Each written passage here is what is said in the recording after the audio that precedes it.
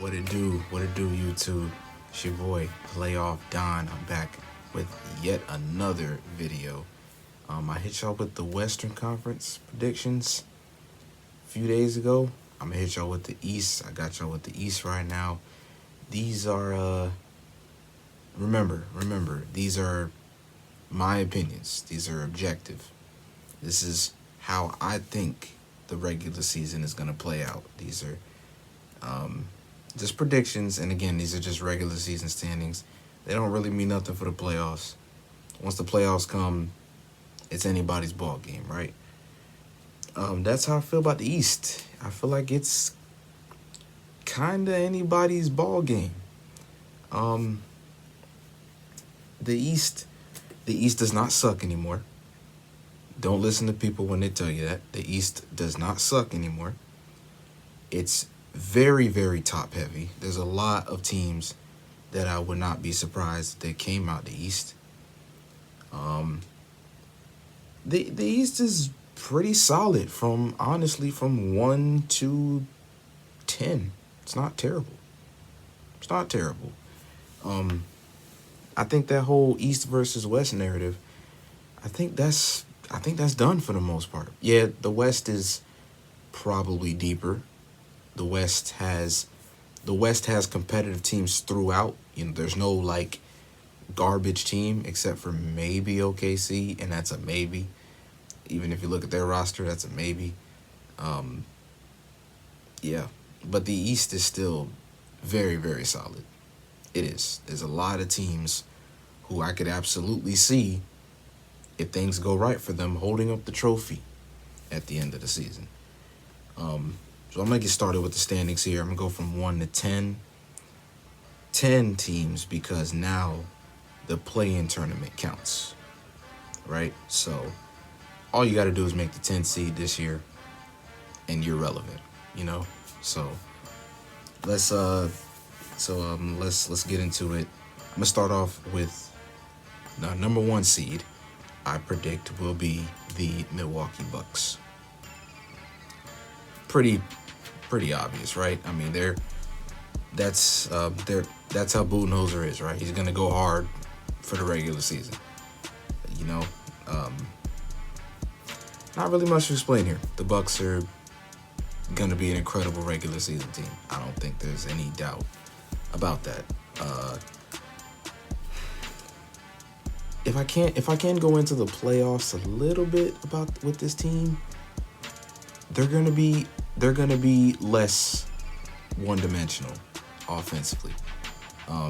They're probably gonna be even better defensively with Jrue Holiday now.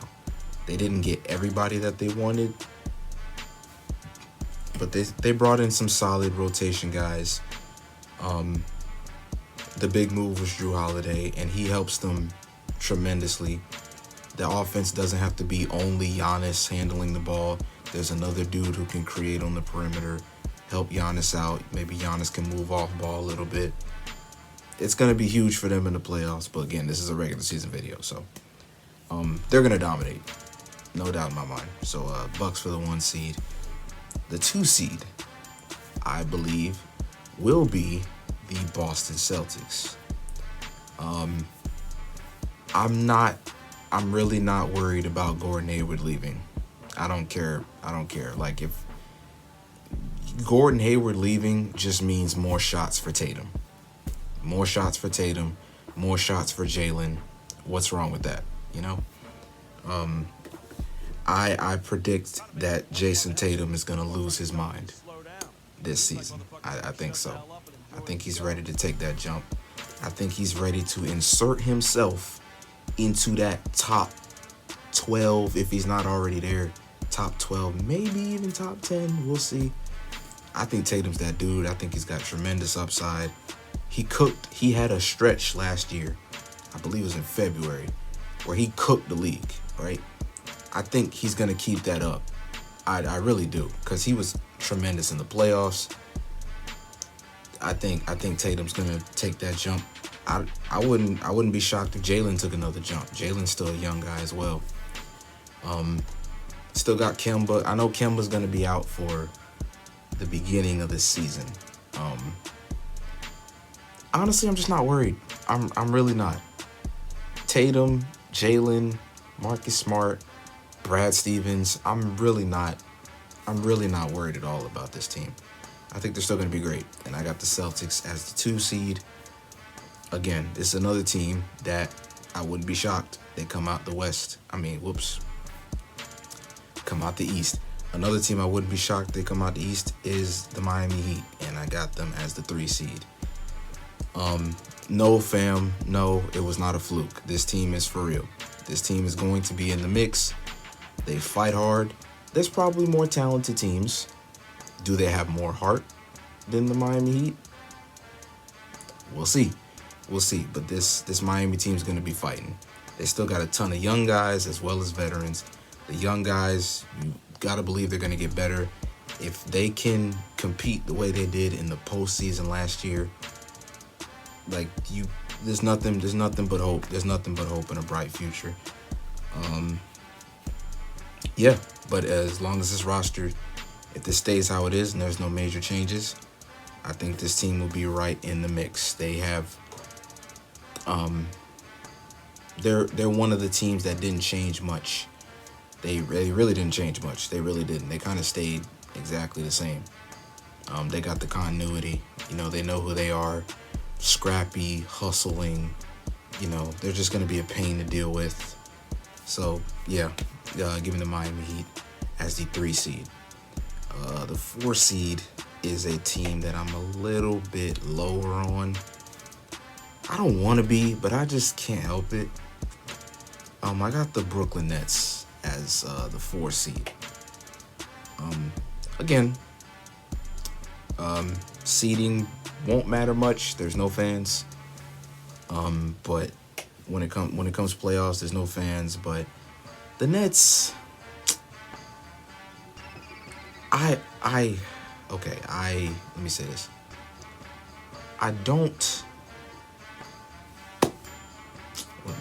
What was I gonna say? I don't know how great KD is gonna be when he comes back. He's gonna be great. But KD was like the best player in the league before he got hurt. I don't know if he's going to be that guy. Now, KD is an all-time great. He doesn't rely heavily on his athleticism to get his buckets. It's just skill. It's know-how. It's his absolute cash jump shot. He's still going to put up points.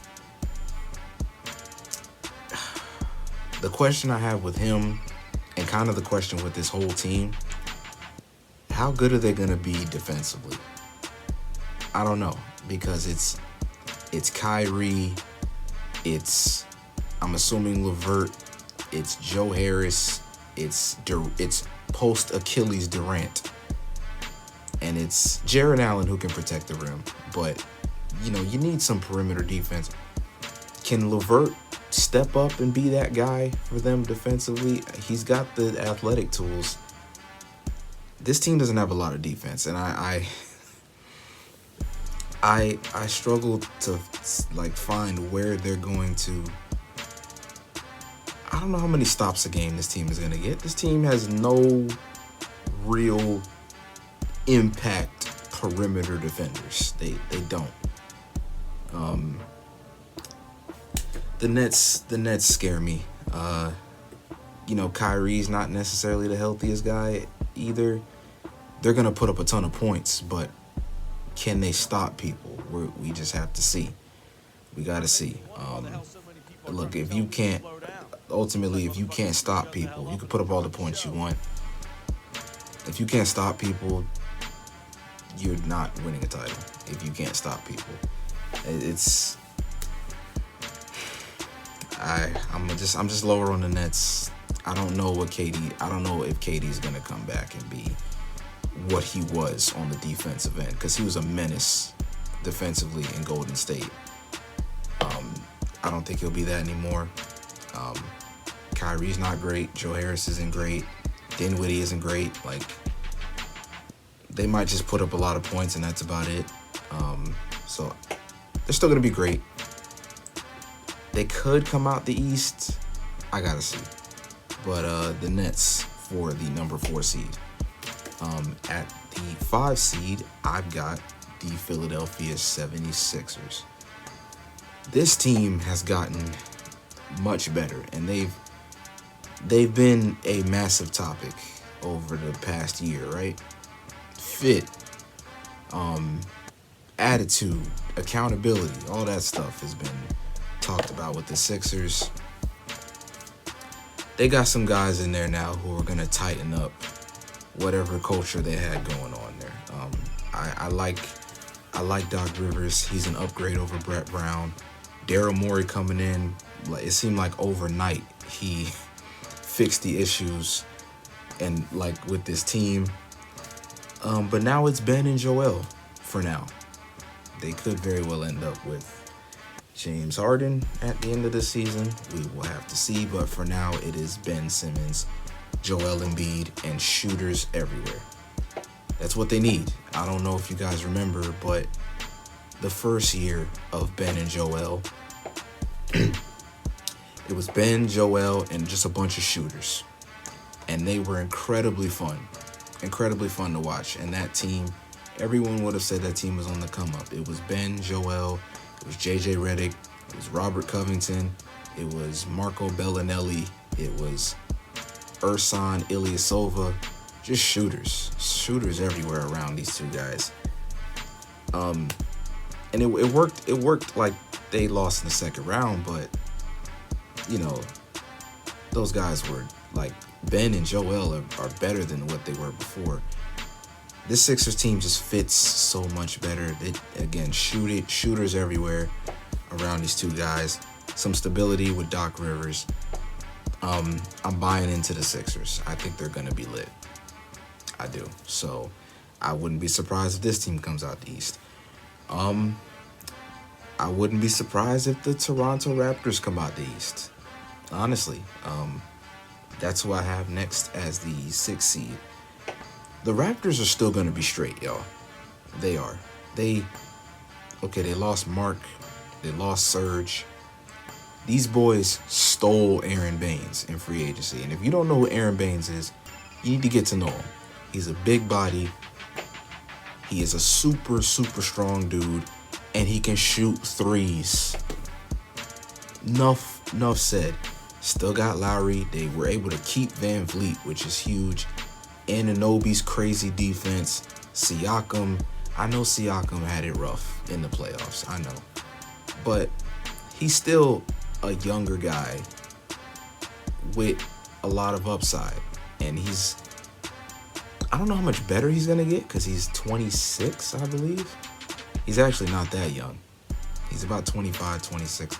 I don't know how much better he's going to get, but he's still a great player. And just with a few more years of experience, he's going to, I think he's going to deliver. This team is still really good. They're still going to bring it defensively. They still got the best head coach in the league in Nick Nurse. So he's arguably the best coach. Yeah, the Raptors are still going to be great. They're still going to bring that defensive intensity every night. I wouldn't be shocked if this team went 3 rounds, went 4 rounds, and won the title again. It's not crazy. It's not out of the realm of possibility. This team has a ton of championship DNA. As a 7th seed, the Washington Wizards are going to be very fun this year. They are. Because now they have 2 of the 25 best players in the league. That equals playoffs, especially in the Eastern Conference. It is Russell Westbrook. It is Bradley Beal. Now we don't have to worry about if John Wall were to come back, what is he going to look like for this team? Now you got a sure thing in Russell Westbrook, and Westbrook's going to bring it every single night. He can take some of the pressure off Beal. Beal doesn't have to carry the load like I was a year ago. Maybe you can possibly convince Bradley Beal to stay with this move. Maybe. But The Wizards are going to be really fun. I can't wait to watch them on League Pass. So, yeah, it's Westbrook, it's Beal, it's decent supporting players around them. It's Davis Bertans, he's one of the best shooters in the league. It's Thomas Bryant, who is one of the best shooting fives in the league. It is Rui Hachimura. It is Troy Brown. It's Deni Avdija, the rookie they brought in, who I think is going to be really good. The Wizards are going to be fun, period. And they're going to be a playoff team. There's no doubt in my mind about it. They still may suck on defense, but they're going to put up points like crazy. And they're going to get in, again, because of Beal and Westbrook. They're going to get in. I'm pretty sure about that. And then the last team I have for the eighth seed here is the Indiana Pacers.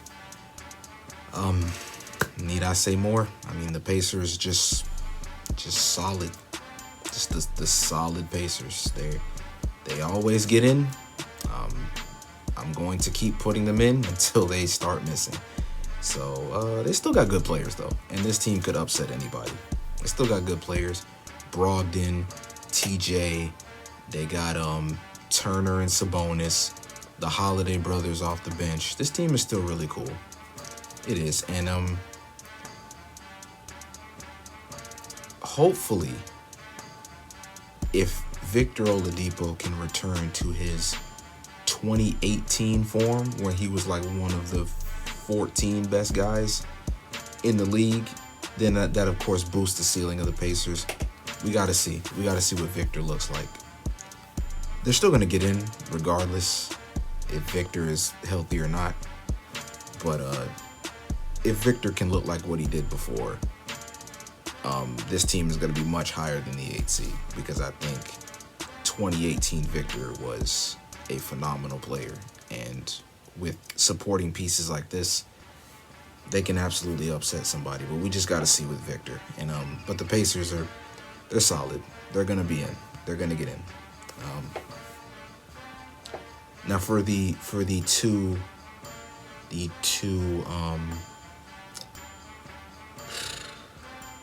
drawing a blank here. The two play-in spots, the 9 and 10 seed. The 9th seed, I have the Orlando Magic.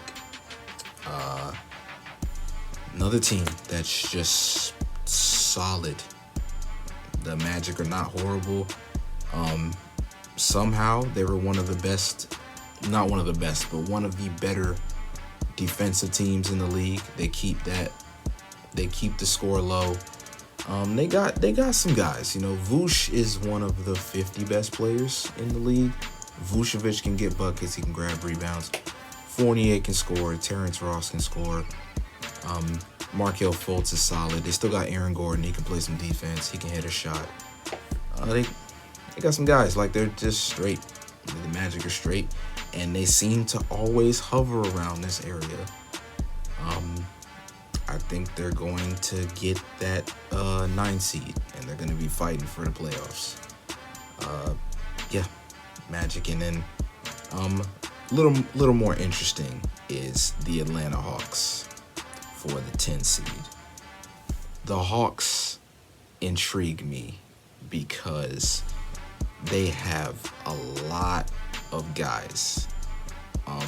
And I know we scream, us as fans, we scream, please get these players some help. And the Hawks did that. Maybe too much is how I'm feeling, because they have a player who is deserving of minutes at literally every spot. They drafted my boy Okongwu while they still have Clint Capella under contract. They have John Collins, who's going to demand minutes, but you signed Danilo Gallinari for like $60 million, for like 3 years, or $60 million or something like that, to come off the bench. You bring in Bogdanovic, which is cool, right? But Now you have 3 young guys on the bench who are like all deserving of minutes, like Kevin Herter, Cameron Reddish, who I like, DeAndre Hunter, who's nice as well. They signed Rondo. He may not play. He may not play much during the regular season. You know, Rondo likes to chill out during the regular season. But they signed Rondo, and they signed Chris Dunn, who is a great perimeter defender. But like, he's gonna need some minutes too. So it's like there's so many guys. If you want some of these young guys to grow and grow with Trae Young, they need to get some minutes. And you brought in all these veterans to take the minutes from these guys. So my assumption is they have to be making some trades by the deadline, because there's so many guys here. Too many guys who all need minutes. And someone's going to get pushed out of the rotation, and some guys are not going to be happy. And I don't know. Like, I know you wanted to help Trae Young, but you didn't have to bring in this many guys. There's so many dudes here that deserve minutes. I don't know how it's going to work. I believe the starting 5 is Trae, Bogdanovich, DeAndre Hunter, John Collins, and Capella. And there's so many dudes on the bench who need minutes too. It's a deep team, no doubt about it. But you know, when it comes playoff time, rotations shorten. There's just gonna be some unhappy guys here, I feel like. We'll see how that works for Atlanta. I still don't love them defensively this season. However, I will say, if they kind of move these veterans out of the way one of these days, this team, aside from Trae Young, this team defensively could be really good in the future, like years in the future, because Reddish is an awesome defender. If they keep Chris Dunn on the team for a while, he's great defensively. DeAndre Hunter's a big body. He can defend. Okongwu, who they brought in, who I think is an incredible defender. Right out the gate, he's going to be awesome. Defensively, this team could be really good in the future. Not now, of course. This is just for this season. I got a little off course, but for this season, they're going to put up points, no doubt about it. And yeah, 10 spot for the Hawks. So those are my top teams. So Bucks, Celtics, Heat, Nets, Sixers, Raptors, Wizards, Pacers is how I got it going. So if I could talk about, I guess I should show respect to some of these lower teams here. The Hornets don't look bad. They don't. It's a solid team. They bring, they get LaMelo with the 4th pick. They bring in Gordon Hayward. That's not terrible. It's LaMelo. It's Devontae Graham. It's Terry Rozier, who they still have. They drafted PJ Washington a year ago. He's a big dude who can shoot. Gordon Hayward. It's a solid team. It's a fun team. The Hornets are going to be fun, I feel like. I don't think LaMelo's going to suck. I don't. I actually kind of like LaMelo. Hornets. The Bulls, I love Levine. I love Markkanen. I love Wendell. They still just need to get some identity up in there. I'm just not sure about Chicago yet. Not great defensively. No real playmakers on this team. No great playmakers, I should say. Just not yet for the Bulls. The Pistons, they did some weird things in the offseason, but